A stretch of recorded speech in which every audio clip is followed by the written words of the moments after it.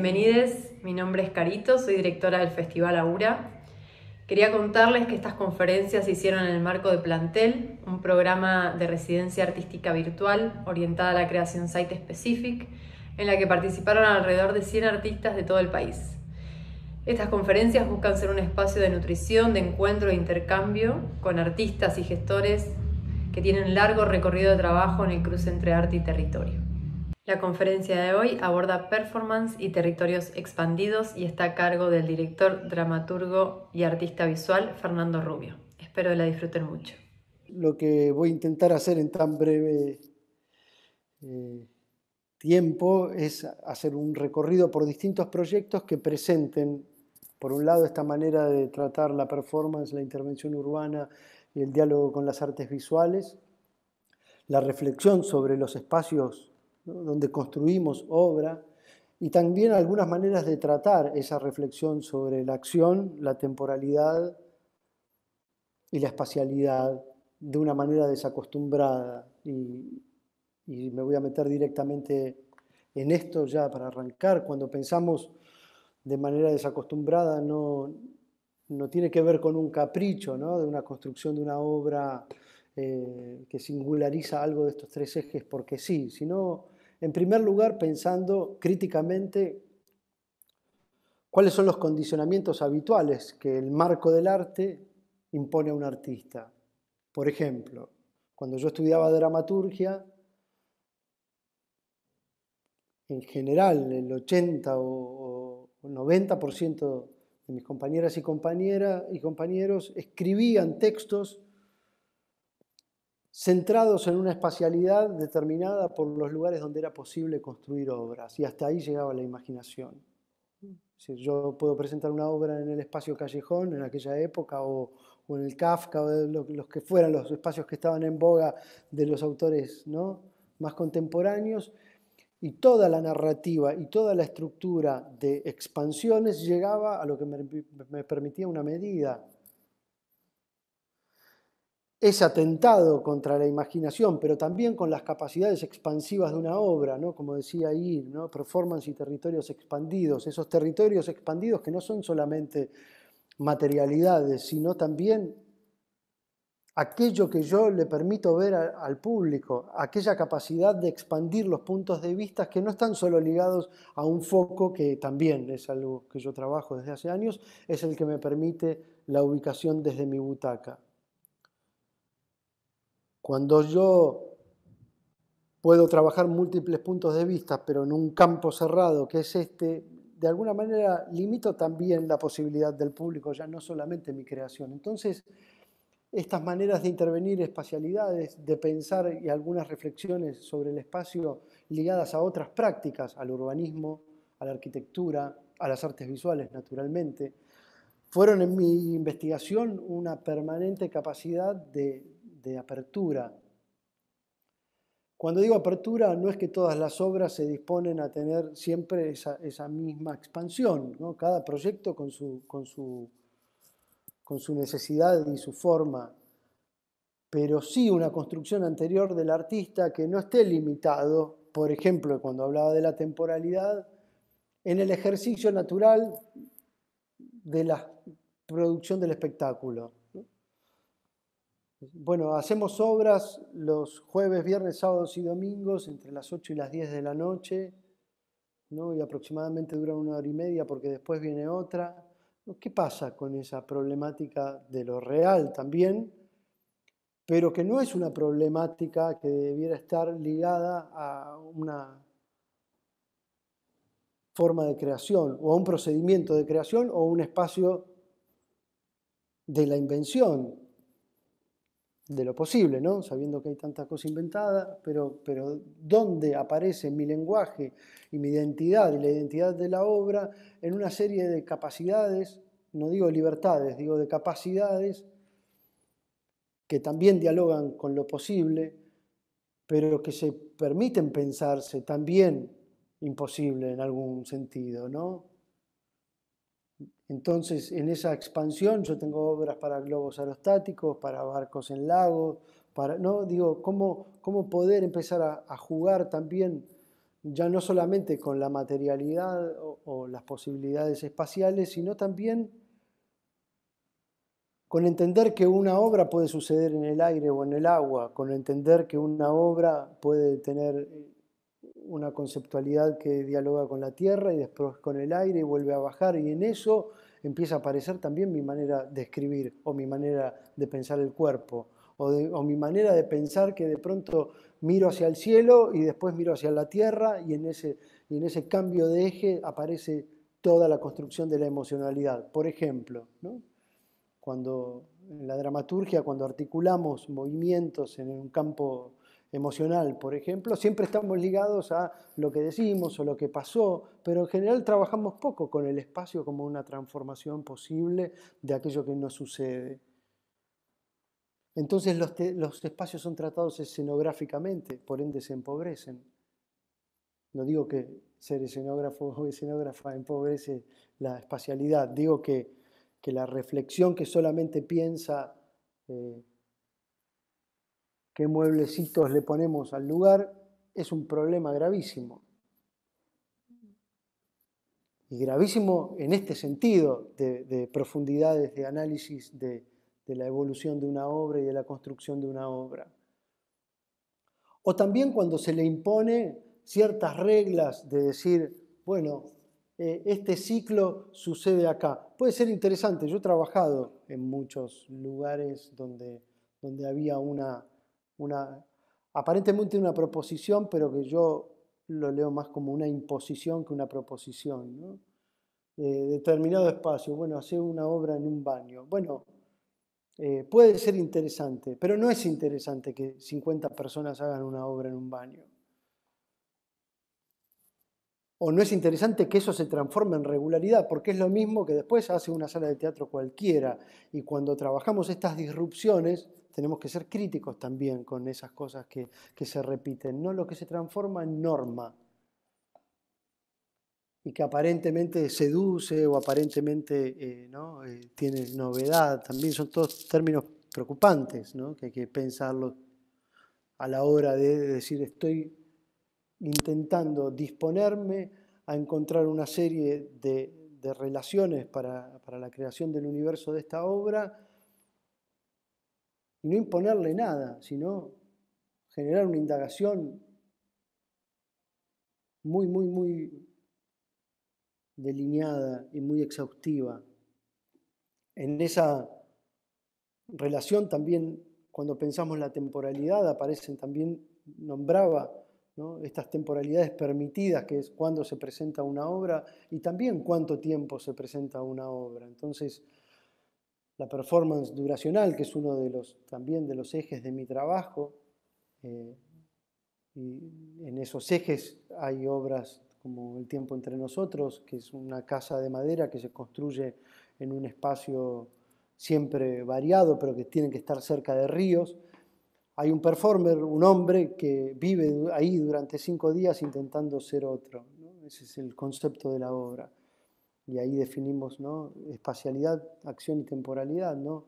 En una casa de madera, un hombre durante 5 días, el tiempo, intenta ser otro, su acción fundante para situarse ahí.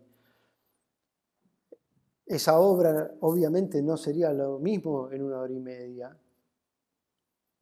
Y esa capacidad de reflexión sobre el tiempo que está en todo el concepto de la obra, en todo lo que ese hombre hace durante esos 5 días, que está totalmente planificado, es lo que permite no solamente encontrar todo lo que yo intento encontrar en ese dispositivo y esa manera de accionar y de encontrarse con el público y el espacio, sino también una liberación y una tensión de esa lógica de decir cuánto dura una obra, ¿no?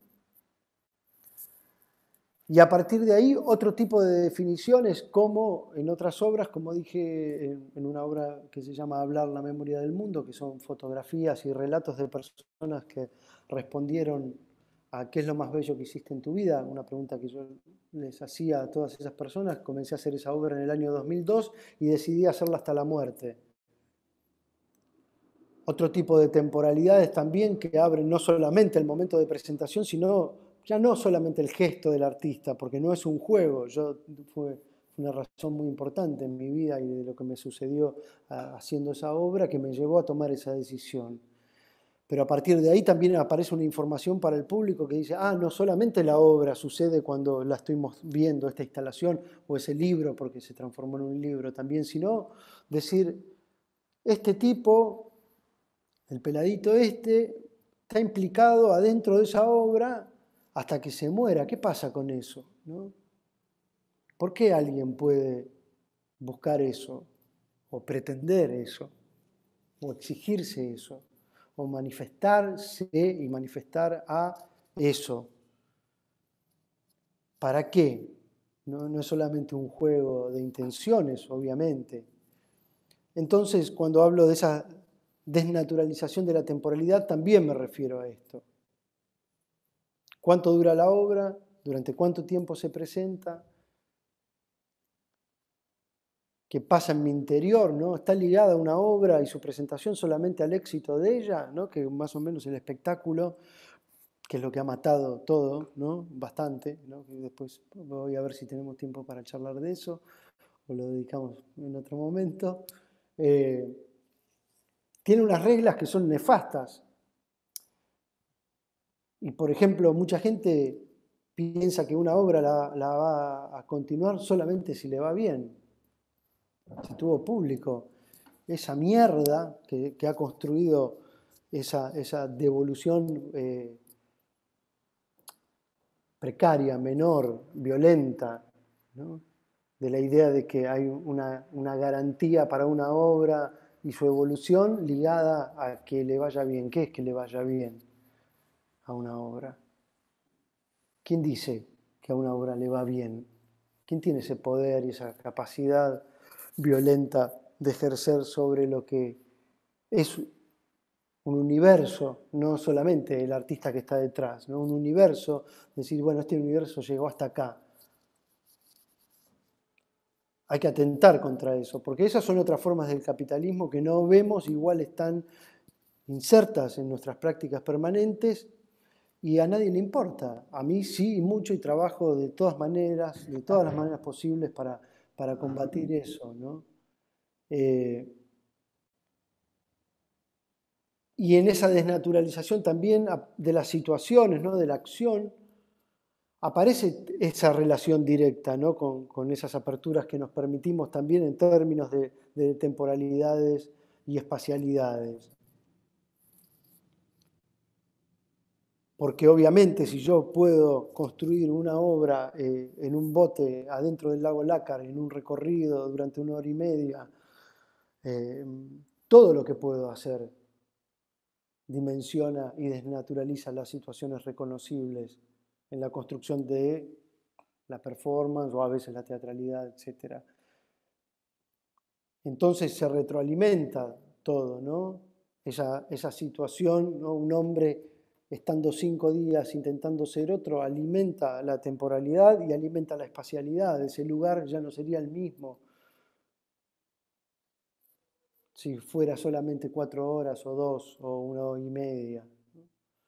Entonces, estas maneras de pensar, que obviamente son conquistas también, porque yo las construí desde que empecé a hacer mis obras en el año 98, y mucha gente, incluso aunque muchas de estas prácticas tienen 60 o 70 años o más también, porque ya el teatro isabelino se hacían carretas y obviamente, por ejemplo, el teatro empezó en un contexto ritual que hablaba también de otras necesidades, y todo eso se fue desgranando, perdiendo y tergiversando. Pero también en el año 98 y hoy mucha gente trata como marcianos y marcianas a las personas que quieren, ¿no? De pronto comunicarse por otras vías situacionales, espaciales, temporales. Y yo, por suerte, desarrollo mucho mi obra y tengo un aval cada vez mayor de eso. Y siempre igual me miran, ¿no? Como el loquito que viene con... ¿no? y otra vez, y 5 días, y una casa, armar una casa. No, entonces todo eso, que son de estratos que igual aunque te los permitan, suceden, ¿no? Están accionando permanentemente sobre la creación y sobre el artista. Son informaciones que uno tarda y demora, ¿no? Interiormente en correrlas para crear con libertad. O con determinación, sin que importe tanto esa voz del contexto, ¿no? Esa voz de hermética también de espacios que aparentemente son contemporáneos, ¿no? Y se llaman contemporáneos porque establecen un diálogo con todas las formas y con la disrupción más aún y demás, pero si el museo cierra a las 9 y el único que se queda es el hombre de seguridad, te van a decir no me rompa los huevos, a que el tipo se queda a dormir de noche y ¿cómo hago? Tengo que hacer un memorándum, ¿no? Bueno, todo eso también sucede en los contextos del arte más afines a esto. Entonces, bueno, proponerse algunas aperturas como estas también son problemáticas y hay que asumirlas. Ahora, uno no las puede limitar al momento de crear. Entonces, un poco esta conferencia también intenta invitar a pensar de esa manera, sea el proyecto que sea, un proyecto multidisciplinar, interdisciplinar, un proyecto cinematográfico o la edición de un libro. Cuando vemos el alcance de nuestro propósito, entendemos también qué artista podemos ser. Y en esa capacidad de entender qué artista podemos ser, aparece también la manera de establecer un contacto con la obra en la vida cotidiana, ya no solamente cuando me dispongo a hacerla. Y acá viene uno de los ejes también fundantes de mi trabajo, que es pensar en procedimientos de creación, así lo llamo, que tengan una singularidad tal que me sumerjan dentro de la obra mientras la estoy desarrollando, absoluta. Que la disposición sea total y que la vida quede totalmente sumergida en ese procedimiento de creación mientras estoy haciendo esta obra, no haya maneras de salir y todo lo que me pase también sea parte de la propia vida. Y obviamente esto se toca mucho con muchos aspectos de la performance, pero también con maneras de vivir y de los artistas, y acá hablo también del alcance, ¿no? ¿Qué me permito hacer? Y este es otro de los ejes que yo trabajo siempre, ¿no? Y una doble pregunta, que es ¿qué quiero que me pase y qué quiero que les pase? Preguntas que aparentemente son tan simples, pero que no mucha gente se pregunta y se responde, o intenta trabajar con esa pregunta. A mí las respuestas mucho nunca me gustaron, me gustan los interrogantes. Entonces, de pronto, cuando veo o leo del Caminar sobre hielo de Herzog, que es ese diario que hizo cuando decidió salir a caminar desde Múnich hasta París para que su maestra no muriera. Y el tipo agarró una mochila, unas botas, una brújula y algunas cosas más, un diario, y salió a caminar con el conjuro manifestado de decir, si yo camino hasta París, ella no va a morir, porque ella no debe morir, porque el cine alemán no se puede permitir que nuestra gran maestra muera. Y así salió. Después de todo eso que fue escribiendo, se construyó un libro, ¿no? Pero el tipo primero vivió de una manera intensa y absoluta, total, su relación con la vida. Y así construyó una obra, no solamente esa que se transformó en un libro, sino toda su obra. Y hasta hoy, que es un viejito, ¿no? Entonces, ¿qué estamos dispuestas y dispuestos a hacer?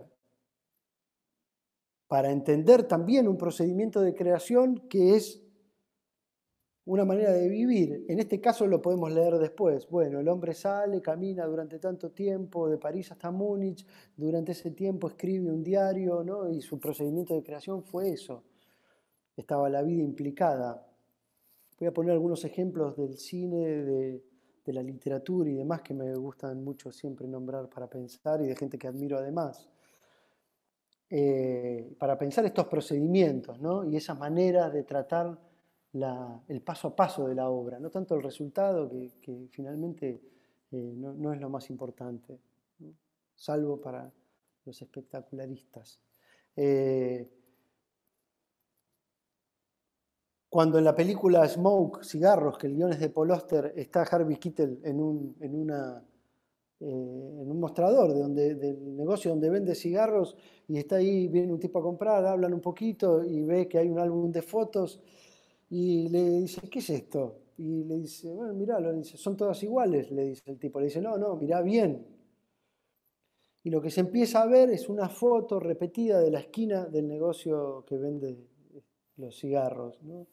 Y le dice, sí, son todas iguales. Le dice, no, empieza a mirar, le dice, acá está la señora tal. Y empieza a ver y a desplegar esa foto repetida que el tipo hacía durante todas las mañanas. Creo que no me acuerdo si al abrir el local se iba enfrente y fotografiaba.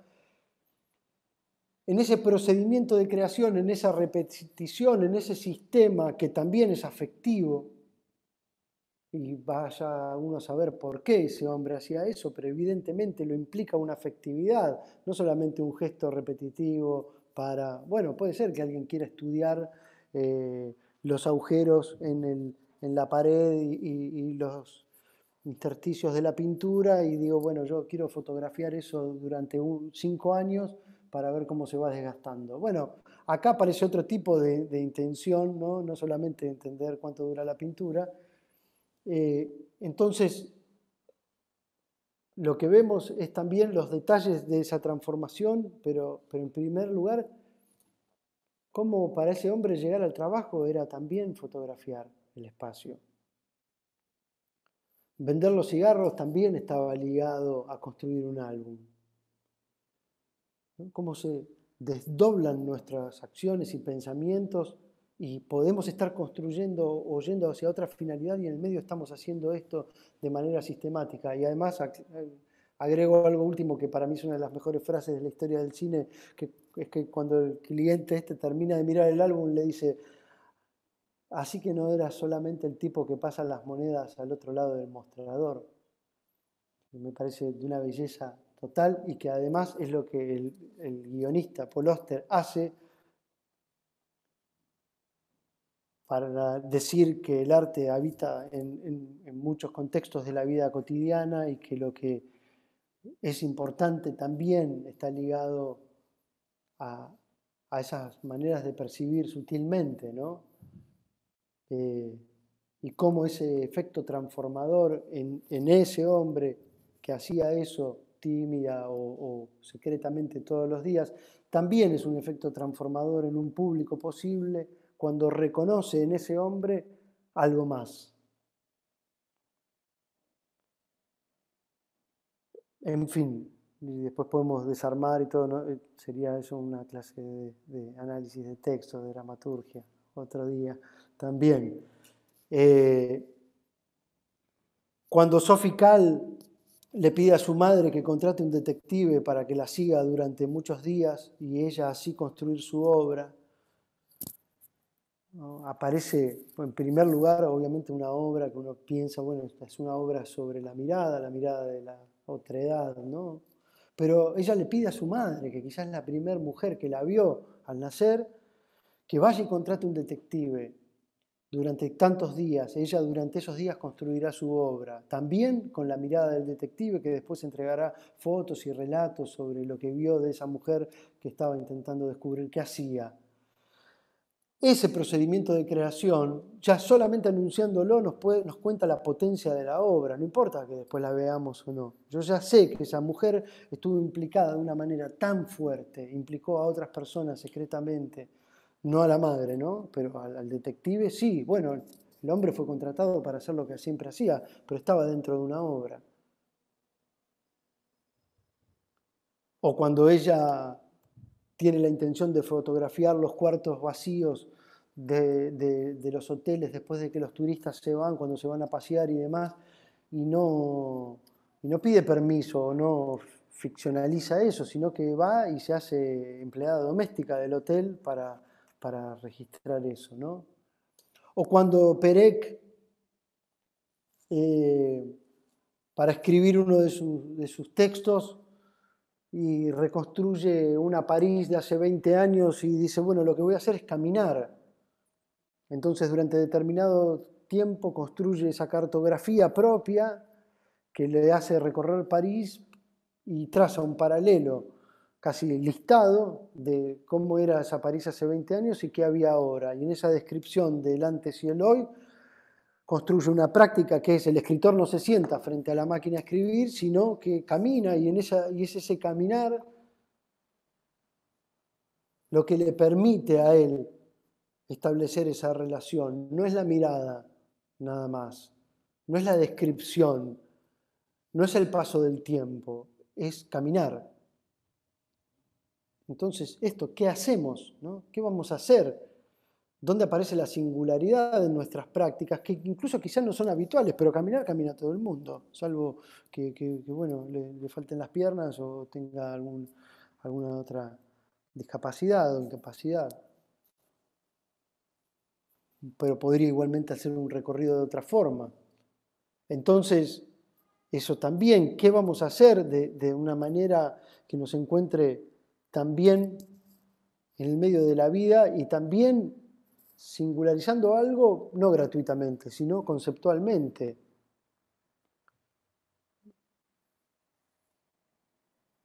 No es lo mismo pedirle, o pedir yo, haciéndome pasar por otra persona, a alguien, a un detective que me siga. Bueno, tendría conceptualmente una idea. Es otra si yo le pido a mi mamá, ¿no?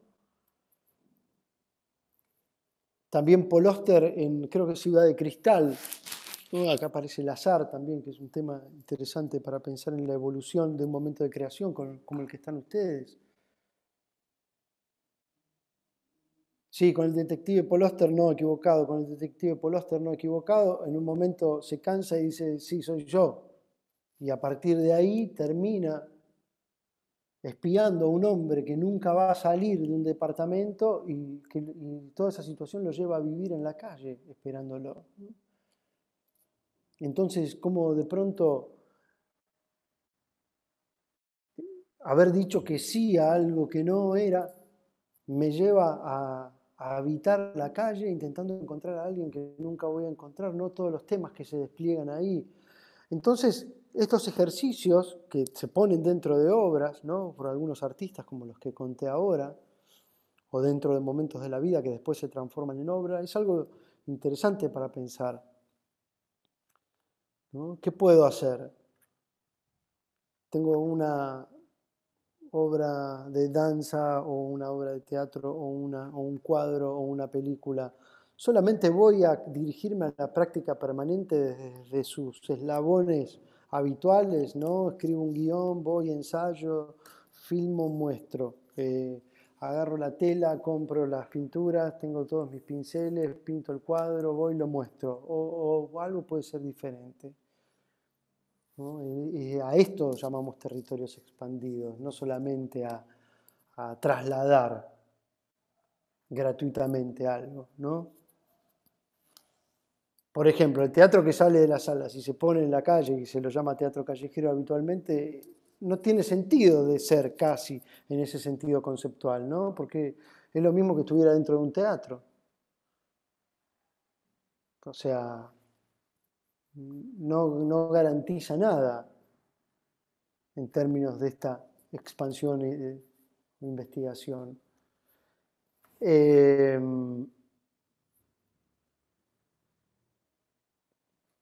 Quiero ver el tiempo para no pasarme.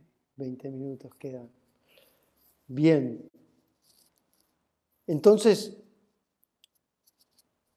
cuando empezamos a trabajar de esta manera, ¿no? A pensar procesos de trabajo que me impliquen, a pensar también la expansión del espacio, del tiempo, de la acción, cuando pensamos también esas relaciones con mi deseo, mi voluntad y la persona que soy, y lo que quiero establecer también en ese contacto con la gente, ¿no? Entender qué quiero que le pase. Aparece también de alguna manera dos ejes que son fundamentales, que es la síntesis, ¿no? Y hablo de síntesis, cuando hablo de síntesis hablo de esencia, ¿no? ¿Cuál es la esencia de una obra? ¿Y cuál es la esencia de ese artista, ¿no? Y aparece el manifiesto, ¿no? Lo que se manifiesta, digamos. ¿Cuál es la manera que yo tengo de estructurar algo mayor? Algo que no solamente está ligado a pensar, bueno, esta obra es así, esta otra obra es así, esta obra va por allá, sino cómo yo me ubico en la construcción de un propio lenguaje.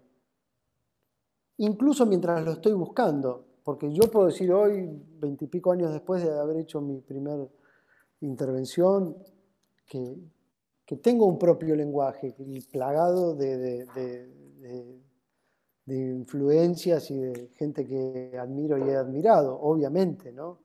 Pero yo lo reconozco como muy esencial en mí, en la persona que soy, en la persona que intento ser también, ¿no? Sé con seguridad que he sido mucho mejor persona a través de muchas obras, no digo bueno, digo mejor, que en la vida misma, ¿no? Y como no puedo separar mucho, ahí me quedo más contento. Entonces también esta voluntad, digo el manifiesto, no como el manifiesto político, ¿no? Que también, pero entender, es un muy buen ejercicio bajar un manifiesto, decir, esta es mi voluntad, con esta obra y en general, con las que hice hace 10 años o con las que estoy haciendo ahora y no sé qué voy a hacer. Estoy plagada de dudas, estoy lleno de incertidumbres. Bueno, también hay algo anterior siempre que les puede allanar el camino, que puede abrir una zona de decir, bueno, mi lenguaje es este. Yo, por ejemplo, trabajo cada vez más en la profundidad del vínculo con el público, ¿no? Si yo no sé muy bien qué contar, o estoy un poco perdido, o algo que estoy escribiendo no me está generando mucho sentido, o no me provoca demasiado, de pronto empiezo a pensar dispositivos y ya la espacialidad y la forma vincular me allanan todo el camino. Pero ese soy yo, y lo que está bueno es ustedes ver también cuáles son sus preocupaciones, con sus temas recurrentes, ¿no? Mucha gente tiene miedo al tema, al momento de crear, de repetirse, porque hay gente que dice bueno, que no hay que repetirse, como si uno no se repitiera en todo, absolutamente todos los días, ¿no? Yo más o menos me lavo los dientes igual desde, no sé, desde que me lavo los dientes. Y está bien, otro día me los podré lavar diferentes, pero mirá qué bien. ¿Cómo se llama? Compañera en la reposera. ¿No? Los espacios también, ¿no? Esto también habilitó, ¿no? En general las conferencias eran lugares de solemnidades y demás. Yo estoy desnudo abajo, no, mentira. Pero digo esto también, ¿no? Pensar cómo esas aperturas, ¿no? De pronto eso, que una cámara se abre y alguien muestra ese cielo precioso y demás, también está dentro de las obras. Son caminos mucho más amables, esas aperturas, esas desterritorializaciones, ¿no? Entonces, también les propongo como algo que a mí me ha funcionado, hacer algo que yo llamo la sinopsis dinámica, que es desde el primer momento que escribo, que estoy creando una obra, empezar a sintetizar, escribir unas pocas palabras y que traten de definir, en el mejor de los casos, todo lo que está en la obra, después con la menor cantidad de palabras posibles. No para ser eficaces y para que el dossier que van a mandar o el pedido de subsidio que van a mandar funcione bien solamente, también eso, pero sino también para entender que ahí hay una esencia. Sí, en esto de decir, ¿cómo puedo llegar a terminar de definir una obra como esta, El tiempo entre nosotros? En una casa de madera, durante 5 días vive un hombre intentando ser otro.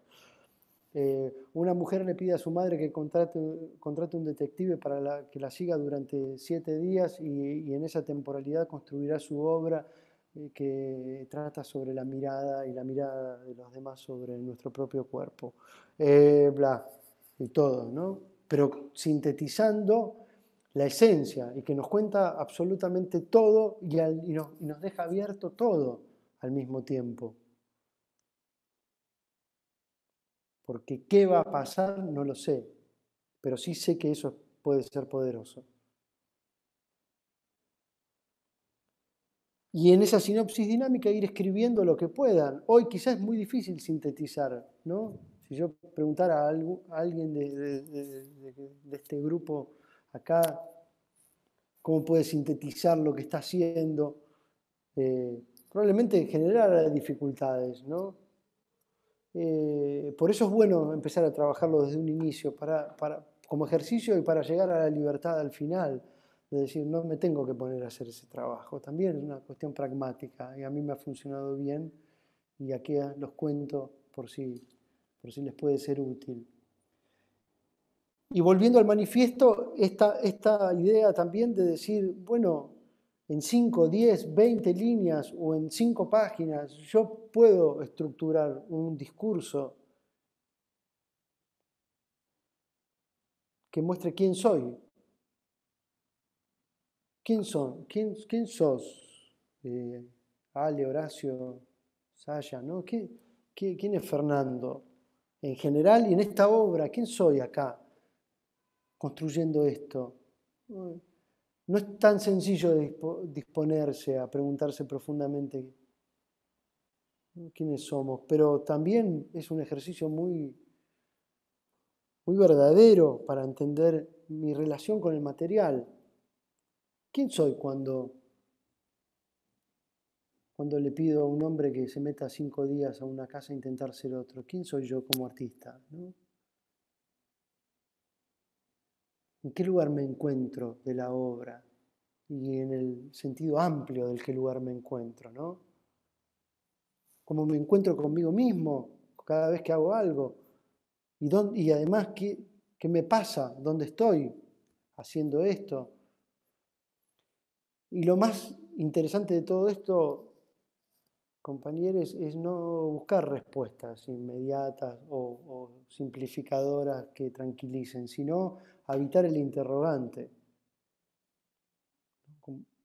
como generar otros mecanismos de alerta que se imprimen encima de la obra, que le den otros tipos de contextos y espacios para reflexionarse, para pensarse, ¿no?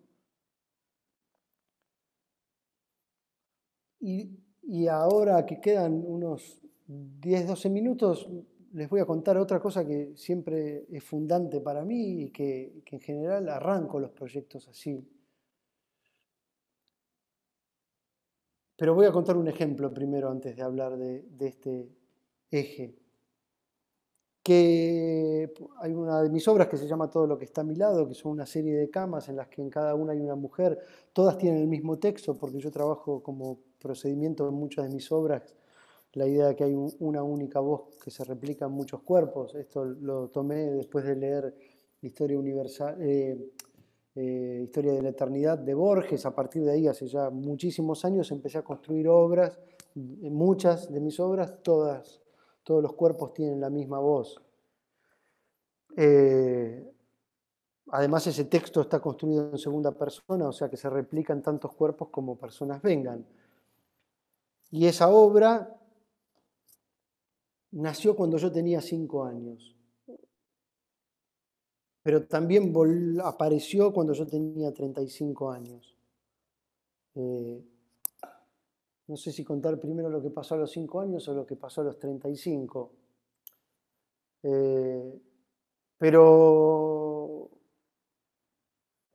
sitúo Buenos Aires porque es importante situar los lugares, ¿no? Y para eso siempre pensar, ¿no? Piensen, ¿por qué son importantes los lugares? ¿No? Por eso digo, cuando nos invitan a una sala, también nos limitan porque por ahí hay que pensar los espacios también desde otra perspectiva, ¿no? Desde la importancia, desde su dimensión, e intervenir determinados lugares que no son habituales no sea solamente un capricho lúdico, snob o lo que fuera, sino una razón muy importante. Una mañana me desperté y me desperté llorando, muy angustiado, un llanto de los más angustiantes de mi vida, creo, y no sé qué había soñado, pero me acordé de la primera vez que me había quedado solo,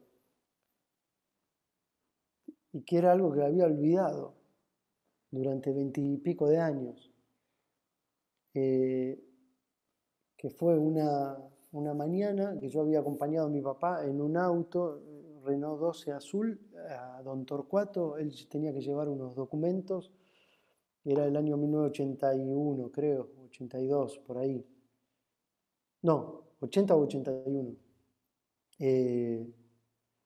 Plena dictadura militar en Argentina, y de pronto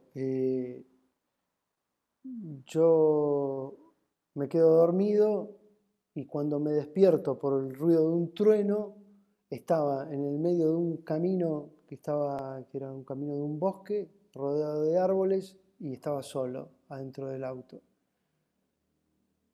Y me incorporé, miré por la ventana, no se veía nada, solamente los árboles que se movían, la tormenta, la tormenta, la tormenta, y me quedé paralizado ahí. Y en un momento vi un hombre que pasaba cubriéndose con algo rojo encima, corriendo. Y podría dejar la historia ahí. No pasó nada. Mi papá después vino y todo mojado así, y yo me empecé a llorar muy fuertemente. Y él me pedía disculpas y me decía que estaba durmiendo, no me quería mojar, que supuestamente todo eso fue rápido. Pero eso quedó en mí como más o menos hasta los 10 años. Yo después con el tiempo recordé que yo no podía olvidar eso, como que fue una situación recurrente durante mucho tiempo en mi infancia, calculo que hasta los 10.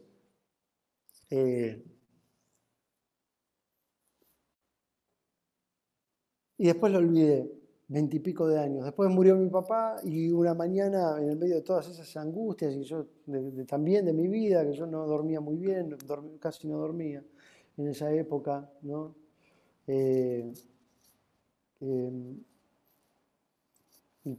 Y tenía unos sueños tremendos y ataques de pánico y todo eso. En uno de esos apareció esto, y yo escribí esta obra que se llama Todo lo que está a mi lado, y que empieza diciendo: hubo un momento en el que te quedaste solo, sola, solo.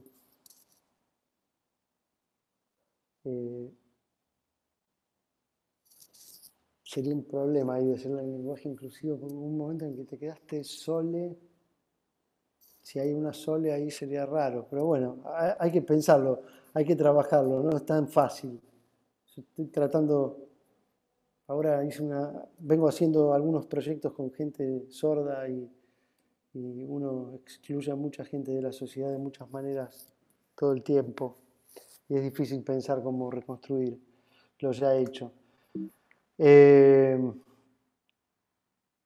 Entonces, a esto voy con lo que yo llamo los momentos iniciáticos, ¿no? Es decir, ¿dónde nacen las obras? Esa obra evidentemente nació cuando yo tenía 5 años. Y toda esa potencia de aquello que viví me permitió a los 35 años crear, 30 años después. Yo trabajo, mi obra, uno de sus ejes, digamos, temáticos es la memoria, y trabajo eso de muchas maneras, entre otras la articulación de la voz, por ejemplo, esta idea de una voz que se replica en muchos cuerpos, la pienso también como un ejercicio de las resonancias, ¿no? Esto que de acá pasa acá y pasa allá, bueno, tendríamos que estar unos meses charlando de eso, pero ahora piensen también, esto que están creando ahora, esto que están pensando, ¿dónde nace? Pero no dónde nace cuando me puse a hacer la obra, participando de un proyecto colectivo como este, sino dónde están ustedes antes. Porque siempre hay antes. de todo lo que haga, siempre hay algo antes. Y esto no quiere decir que voy a tener que hablar de la memoria o que voy a tener que hablar en primera persona. No, miren, por ejemplo, ese texto, cuando terminé de escribirlo sabía que era la voz de una mujer. Y empecé a poner camas por todas partes, ¿no? Como lo soñé. De hecho, cuando terminé de escribirlo, puse todo lo que está a mi lado, obra móvil alrededor del mundo, y dibujé un mundo y camitas por todas partes. Hoy tiene 30 elencos esa obra en todo el mundo, en 8 años. Así que también, como hizo Herzog, yo hago también, hay que conjurar, hay que desear, hay que ver, ¿no? El doble cuántico, ¿saben algo del doble cuántico? Bueno, nos tendríamos que poner a hablar de la física y de algunas cosas metafísicas. Otra vez también, no puedo hablar mucho de eso, pero investiguen. El doble cuántico está ligado a nuestra propia persona que se conecta con todos los tiempos, ¿no? Con el pasado, el presente y el futuro, y puede traer algo del futuro para entender cómo vivir mejor el presente. Yo trabajo mucho también sobre la temporalidad, como verán, ¿no? Decidir que ahora estoy escribiendo una obra que no termina, y que también va a tener instrucciones para que después de que esté muerto, por ejemplo. Así que verán cómo he ido extremando eso. Entonces, quedan 4 minutos. Espero haber sido lo más sintético posible, pero acá aparece algo que para mí es fundante, ¿no? Que es decir, toda esta serie de relaciones, ¿no? La memoria con lo que quiero que me pase, la búsqueda de encontrar lo esencial, entender la relación con los espacios, con los tiempos y con las acciones de una manera mucho más profunda, ¿no? Es sumamente importante. Esa obra que yo les dije que hice en el lago Lácar, nace con la imagen que a mí siempre me obsesionó por muchas razones, también personales, familiares y demás, que es la de los desaparecidos tirados al Río de la Plata. Entonces yo siempre tengo desde mis 15 años tengo eso en mi cabeza como imagen. Cuando Charly García iba a tirar, no me acuerdo en qué año, los cuerpos desde el helicóptero, y yo además siempre estuve muy cerca de Bonafini, militaba en ese momento con la Asociación de Madres de Plaza de Mayo. Me acuerdo de toda esa discusión y demás, y yo siempre quise hacer una obra con eso. Bueno, esa obra que terminó siendo en un lago, que no era el Río de la Plata, también estaba ligada a la necesidad de pensar la memoria y el agua, y obviamente yo eso lo podía construir en un relato cualquiera. Uno puede dimensionar los territorios en una narrativa o en una proyección, pero también podemos ir a acercarnos a esos materiales que son fundamentales, ¿no? A la naturaleza,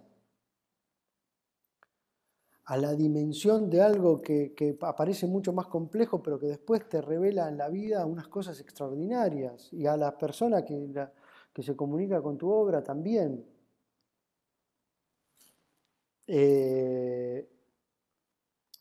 Entonces, y creo que hoy también, y siempre, ¿no? Es muy importante pensar nuestro ser artistas desde una zona implicada, pero no por el compromiso, ¿no? Sino por una manera de vivir que contagie también maneras de vivir. Y en ese sentido, bueno, la performance ha sido de una importantísima, ¿no? Un importantísimo aporte para todo esto en la construcción del arte. Por fuera de los dogmas establecidos y de toda la espectacularidad que en realidad es una mirada pobre sobre la vida del arte. Son 59, gracias. Espero que esto, básicamente a mí lo que más me interesa es cómo estimular, así que espero que esto haya estimulado algo de lo que están pensando, trabajando. Si algo bueno, ahora vamos a seguir charlando, pero si algo de todo esto les interesa, podemos conversar más en algún momento. Siempre me gusta esa conexión y bueno, ojalá que proyectos sean muy vitales.